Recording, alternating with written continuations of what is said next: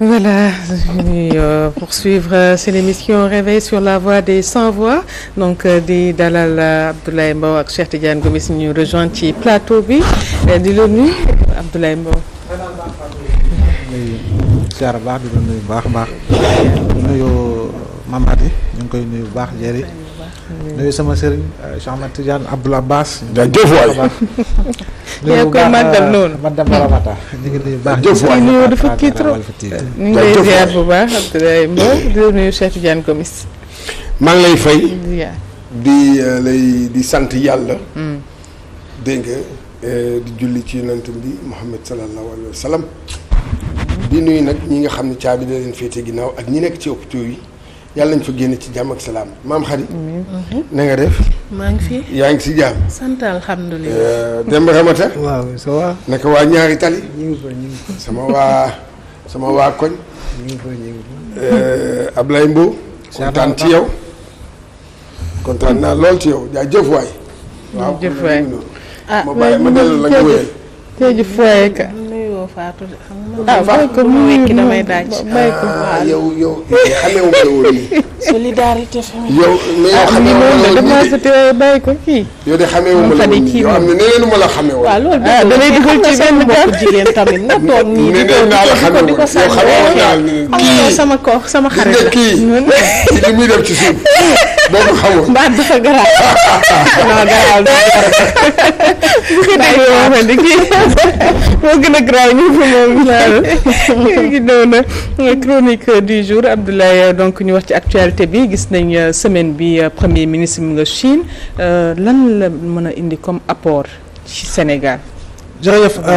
jàpp naa ni voyage bu am solo la. si jamono ji ñu toll ak beneen jamono tam bu ñu waroon mën a toll. parce que tamit Chine dafa nekk dëkk boo xam ne aujourd'hui si àdduna bi sur le plan économique sur le plan si leneen ak leneen moo xam militaire moo xam technologique moo xam lu mu munti doon Chine dafa nekk véritablement une référence. tey jii Chine. boo xoolee fa mu tàmbalee ak fa mu yegg si tey parce que tam entre les années 60 et 70 Chine daanaka amul woon koom-koom bu dëgër parce que dañoo génnoon si li nga xam ne moo di guerre civile wëlbati ko génn si invasion japonaise wëlbati ko génn si li nga xam ne moo di deuxième guerre mondiale mu nekk 3 crises yoo xam ne dafa dalandoo en même temps si kii nga xam ne moo di Chine. Malgré tout à l'arrivée de Mao au départ de Mao à l'arrivée de Deng Xiaoping et cetera ba tey si gouvernance Xi Jinping dañu gis ni Chine dafay nekk dëkk boo xam ne toujours c'est en montée en puissance lay dund. donc bu demee ba yegg si fii ñu naan première puissance wala deuxième puissance di ko werante entre moom ak États-Unis kon dëkk la boo xam ne ku roy si moom dëgg defe naa ni di nga war a mën a jëm kanam. léegi nag fi mu toll ak Chine lu muy investir au Sénégal ak Chine lu muy investir en Afrique chaque année da ngay gis ni dafay gën di yokku ba daanaka dépassé partenaires yi nga xam ne ñoo yàgg Afrique muy partenaires occidentaux yi kon boog jawriñ bu njëkk di Ousmane Sonko bu demee Chine dafa fa benn fan dafa fa ñaari fan def na fa ay fan dugg dajeek ñi mu war a dajeel di gisanteel ñi mu war a gisanteel ba pare nag moom accueil boo xam ne kenn du ko naatable quoi qu'on puisse dire autorité chinoise yi wane nañu ni effectivement premier ministre du Sénégal am na gëdd goo xam ne jox nañ ko suñ ko joxee nag du moom lañ ko jox jëmmam Sénégal lañ ko daal di jox waaye président Diomaye moo fa jiitu woon signé woon na ay accords yu bari tey premier ministre bu fa demee feddali accords yooyu ba pare renforcer accords yooyu ànd ak ay ministres am ànd tamit ak ay nit yoo xam ne dañuy yëngu si wàllu secteur des affaires jàpp naa ne effectivement rendement bu am solo la war a mën a andil Sénégal sur le plan technologique déjà gis nga le New Deal technologique tey ñi Sénégal ak voyage du premier ministre bi xaatim na loo xam ne ak groupe bu mag bu ñu naan Huawei sa Chine loo xam ne effectivement dinañu mën a accompagner le New Deal technologique am na yenn accord yu soxal si développement pôles territoriaux yi tamit ay l'usine yoo xam ne effectivement ce sera une répartition dans différentes localités du Sénégal par rapport ak projet bi nga xam ne ñoom tënk nañ ko si seen référentiel Horizon Sénégal 2050 leneen li mooy sur le plan agricole leneen li mooy sur le plan d'autres secteurs d'activité économique et professionnel jàpp naa ni kon boog ce voyage là pour man c'est un voyage important à l'image de plusieurs observateurs et de plusieurs autres Sénégalais yoo xam ne ñi ngi xaar effectivement dividende yu am solo duñu ne dafay ñibbisi tey si àjjuma ji par exemple ñu ne samedi effectivement Mademba dina jot weccit si poosam wala nangam mais comme on le sait déroulement projet c'est à court c'est à moyen c'est à long terme selon effectivement projet bi ak coût d'investissement bi xam nga tey jii nii nga dem Chine mu andi la leneen xam nga bokkutal nga andi Chine mu tabaxal la tali wala mu dem ñaari tali seen caniveau yi ñu defaraat ko wala et cetera parce que ko ñu mat dem ba léeg-léeg bu tawee moom dafay ball ma profité pour lancer leen message bi du dëgg donc de ce point de vue là ak sunu waaw kon jeex na de ce point de vue kon bokk lu ñu mën a jàpp rek mooy voyage bu am solo aujourd'hui li nga xaarandi effectivement mu rencontrer le président Xi Jinping et je pense que quoi qu'on puisse dire tey premier ministre bu demee ba dajeek kii nga xam ne moo di président Chine si déplacement bi dajeek ay jëwriñu président Xi Jinping boobu dajeek ay opérateurs économiques au niveau de la Chine effectivement Sénégal lu mu si war a mën a jëlee jàpp naa ni lu am solo lay doon donc après faudra traduire tout cela en acte et traduire cela en acte nag mooy su boobaa le Sénégalais bi yëg ni effectivement voyage bi amoon na solo maintenant qui critique peut critiquer je crois bien loolu on doit tous être contre le terrorisme des positions ce que j'appelle moi le terrorisme des positions maanaam ne fa nga la nga wax rek la nga xalaat rek fa nga toog rek a baax tu as le droit d'avoir véritablement un regard critique parce que am na ñu xam ne ñu jàpp ne amul benn solo tukki boobu xam nga tey président wala premier ministre bu demoon Mauritanie sax mënoo ne voyage boobu amul solo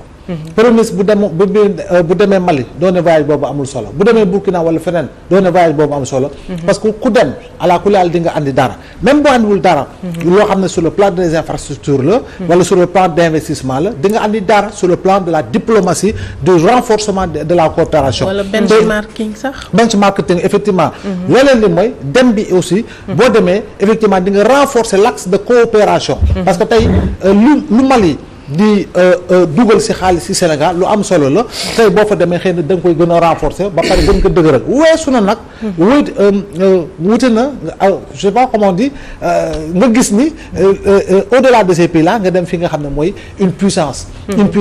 économique une puissance à tout point de vue nga dem fa war a ñibbisiwaat pour dara ça veut dire que en réalité c'est avoir un regard réducteur c'est véritablement être dans une position assez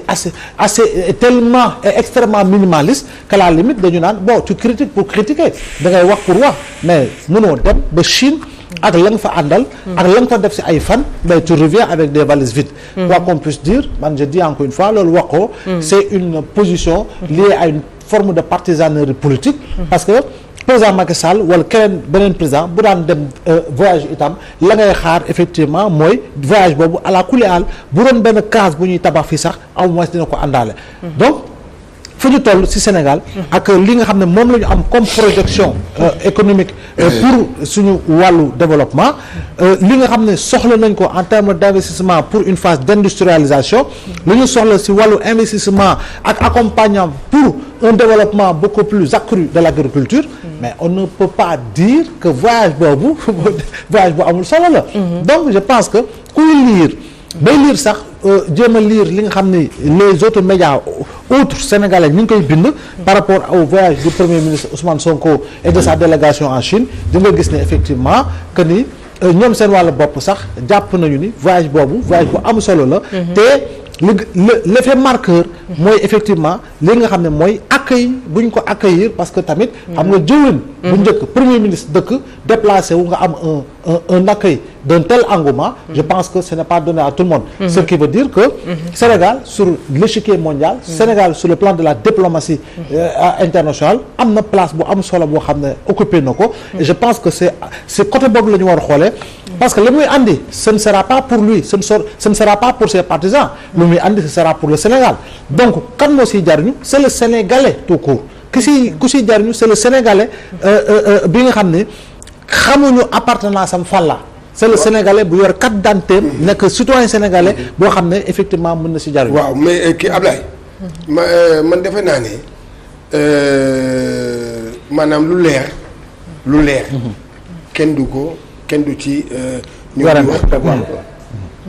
man li ma bëgg a wax mooy lenn mooy que est-ce que voyage bi premier ministre def est-ce que gënuloon bu ñëwee maanaam mu expliquer lan laa fa defi woon. effectivement et je pense que. loolu xaar xam nga loolu. man defe naa ne loolu dina tax. comme ça wax yii ay moom waxam dem bi man amul njëriñ ay nangam mais bu ñëwee wax ne dem naa fa négocier naa fa lii ak def naa lii am nañ fa lii nangam defe naa ne est-ce que loolu gënul parce que bu njëkk ba loolu moo doon am man affaire boobu. su Wade. voilà waaw si Wade la jeexee. loolu saa yu président daan ñëw wala premier ministre. day jàll kii salle kii. salon d'honneur presse bi ñëw taxaw. ba saag moom mu wax. gars yi posé ko question. li nga fa def woon nag comme ça opinion bi. wax yi mën est-ce que waruñu delluwaat ci loolu. am naa yaakaar ne xëy na dina ko def. voilà loolu la bu dee def na ko. non agseegul ñibbiseegul. waaw loolu laay wax loolu moo tax ma ne. est-ce que loolu gëdul tey jii parce que ñoom ñoo woote. dégg nga jubanti dans cette ci kii boobu donc y a ça la transparence mooy leeral dégg nga ñëw ba saag wax man dama naa ne loolu moo mën a noppiloo ñëpp xam ne diw de fee lee la fa jëlee. mais na nga xam ne nag l'opposition c'est le dire l'opposition moom wax. pouvoir moom jëf. mais li nga wax c'est important parce que temps Wade gis naa boobu tey Cheikh Tidiane Gadio dem mission à l'étranger. bu ñëwee il rencontre def benn point de presse et cetera. ñoom sax dañ doon weesu taxaw buntu dañ daan def point de presse. voilà point de presse loolu laa koy wax. waaw je pense que comme ni ñu ko waxee noonu la. loolu dafay fexe effectivement communication bi gën a jàll et puis li ñuy jot ci information mu gën a leer je crois bien que ce serait un exercice assez intéressant et assez important également chef du gouvernement def ko wala ses services def ko peu importe mais li ëpp solo mooy le suivi de l'information et le suivi de l'information je pense que chaque jour et depuis le déplacement ou depuis l'arrivée du Premier ministre en Chine le bureau d'information gouvernemental de Big Gouv mi ngi joxe chaque jour que Dieu fait information yoo xam ne au-delà des textes accompagnés notamment de vidéos illustratives déjà loolu rek je pense que c'est déjà bon en termes d'information fournie et d'information donnée mais dañ na gën a baax pour gën a yaatal communication effectivement Premier ministre bu ñëwee amaana mu jàkkaarloog Sénégalais yi ne sama dem Chine niilul lii ak lii la mais ñay critiquer en réalité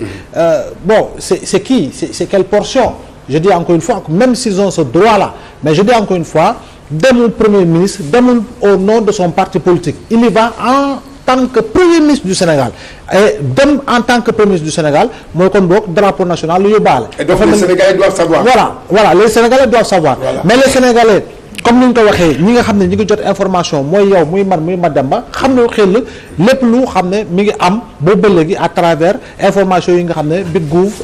bureau d'information gouvernementale mi ngi koy joxe mais dina baax comme je l'ai dit comme ni nga ko waxee comme ni ñeneen ñu ngi ko waxee effectivement mu ñëw toog wax ak sénégalais yi dem Chine bi sur le plan culturel sur le plan de l'accueil sur le plan de signature de contrat de partenariat entre structure bi ak structure chinoise bële ministère bi ak ministère chinois bële ak globalement lan moo di retombée bi defe naa ni exercice boobu tan dina tax sax débat bi ñu gën ko féetale fenn maanaam débat boo xam ne en réalité le sens politique mooy jiitu par rapport ak li nga xam ne moom la ñuy tàmm dégg mais quand même yor raakol moom ubbi ko bëgg roose te amoo ndox jàpp naa ni foofu tamit jafe-jafe nga siy jëlee Fatou may ma tuuti rek xam nga sànq da nga ne moom am na benn bureau de kii boo xam ne mu ngi informé lépp lu mu fay def mais yow xam nga ne question réponse day gën a leeral question réponse yow nga wax man ma laaj la nga wax loolu lay gën a kii. ma defe naa loolu moo gën a. effectivement. et puis Chine aussi laboratoire de développement la. moo tax visite bi am benn ampleur. waaw gis nga xam ne yeneen visite coow bari mais boo gisee Chine la quoi parce que c'est une vraie université de la performance. c'est vrai ku bëgg a yokk wala nga développé war nga inspiré wu ci ñoom. Voilà ñu wax beneen point l'opposition qui sonne la charge sur la gouvernance politique bañ nañ ba dem nañ di laaj 10 milliards dettes yooyu na ban njëriñ la am. donc appréhender aussi 10 milliards de dette 10 milliards dette lan ban impact la 10 am ci milliards. population bi 10 000 milliards 10 000 voilà Ah, 10 voilà 000 10 000 milliards je pense que bon fu mu toll nii effectivement d'abord rapport d'exécution budgétaire bi génn na ñaar yi sax laay bëgg wax dernier trimestre président Macky Sall premier trimestre président Diomaye au moins on a une lecture beaucoup plus claire beaucoup plus précise j'allais même dire beaucoup plus exhaustive si li nga xam ne mooy xaalisu Sénégal si lan la dugg si lan naka lañ ko jariñoo mais li mën a am ba mën a am au-delà du fait que ñi ngi leb effectivement def nañu ay levée de fonds au-delà des eurobonds def nañu ay levée de fonds jëm ci emprunt obligataire si fii nga xam ne moo di zone union économique monétaire ouest africaine effectivement daañu xaarandi parce que tamit ay boroom xam-xam ñoo ko wax man duma économiste mais xëy na jàpp nañu ni li nga xam ne mooy taux d'investissement bi nuñ ko lire ci rapport bi bëgg nañu mu gën a yaatu ba nga xam ne effectivement fonctionnement ak investissement bi effectivement déséquilibre bi dañ ko gën a mën a rééquilibrer ci li nga xam ne moo jëm ci wàllu investissement mais ci wàllu bor tey jii gis nga Sénégal muy fay ci bor waxuma la bor bi kese waaye li tegu ci bor muy l'intérêt yi muy le service de la dette mais lu mu ci fay c'est assez exponentiel nous en sommes pour l'année en cours wala l'année bu stop près de 4 000 milliards yoo xam ne war nañ ko fay te Sénégal bul fàtte ni lebiwul rek pour jariñoo Sénégal lu bari tam dafay lebi pour fay bor c'est-à-dire que nous sommes obligés d'aller emprunter pour payer ay dettes parce que am na yoo xam ne c'est arrivé à terme. c'est tellement pertinent parce que service de la dette fi mu toll nii 300 milliards lañu par mois. Voilà donc yow yaa ngi jëm ci li nga xam ne mooy près de 3 000 milliards yoo xam ne plus de 3 000 milliards yoo xam ne yaa ngi koy fay. Donc je pense que aujourd'hui di wax leb bi tey jamono ji moo di lan. moo di effectivement lépp nga jiitu na mu diisee parce que quand tu as ne si suñu sukkandikoo ci rapport bi nga xam ne mooy certification bu Cour des comptes génne mais on en est à pratiquement 18 000 milliards ci wàllu bor 18 000 milliards yooyu kañ ñay laajte du mën a ñëpp kenn warul ta laajte dañoo war a laajte te Sénégal yëpp di war a laajte la ñuy leb effectivement fa ñu ko dugalee waaye itam 18 000 milliards yooyu ña ko leb war nañu gën a leeral Sénégalais yi ci li nga xam ne fa la dugg ak li nga xam ne moo di déficit bi fu ñu ko yaakaar inflation bi fu ñu ko yaakaare ak fa mu toll jàpp naa loolu itam dina am solo donc de ce point de vue la ñuy xaar effectivement ñi ngi continuer di lever ay fonds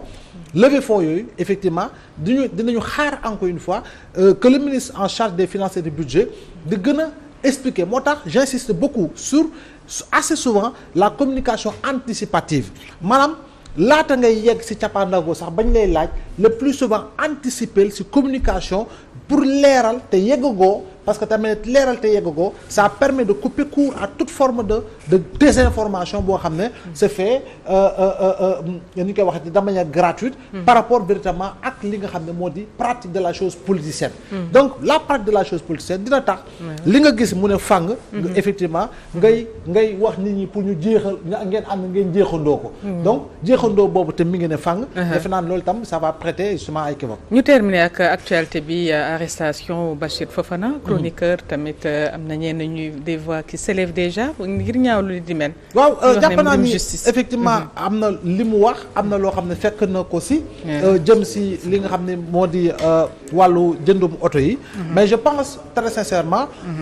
que ni moom si wàllu boppam Bachir Fofana ce n'est pas un chroniqueur boo xam ne à l'image de ce que l'on voit si seen médiatique sénégalais yi c'est un journaliste boo xam ne xamee nañ ko ràññee nañ ko quoi qu'on puisse dire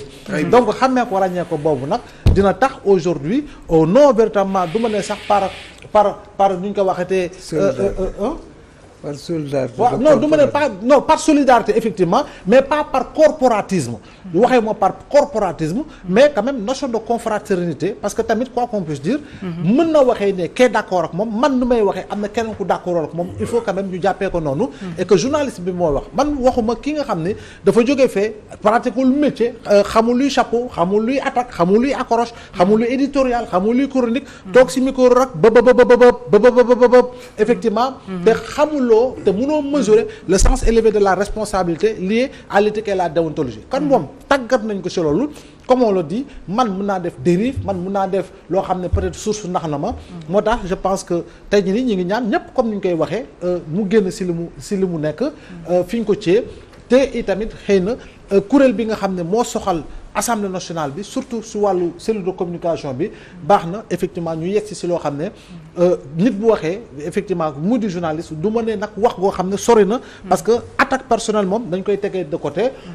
attaque jëm si jëmm nit ki dañ koy tegee de côté information mën nañ moo ko jox xëy na source bi mën na ma tromper comme sa wàllu bopp mën na ma see juum donc je pense que un communiqué leeral ko peut-être que dina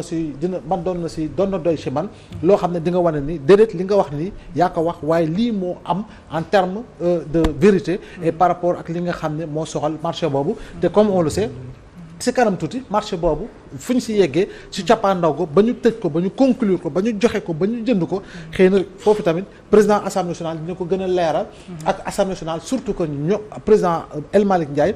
installé na au niveau de l'assemblée nationale cellule de passation des marchés kon boog ndaxam cellule de passation des marchés am na jàpp naa ni du am benn opacité autour véritablement peut-être de l'octroi de tel ou tel autre marché jëm ci assemblée nationale mais quoi qu'il en soit suñu confrère Bachir Fofana xëy na ñu ngi ñaan xëy ñu bàyyi ko ci li nga xam ne peut-être pratique def na ko en termes d'information xëy na njuumte la ci li nga xam ne moo soxal dossier boobu en tout cas am na solo di la jaajëfal bu baax rek Abdoulaye Mbow ci chronique du jour bi jërëjëf noonu la ñuy ñëwee léegi ci chronique sport ak Cheikh Tidiane Gomis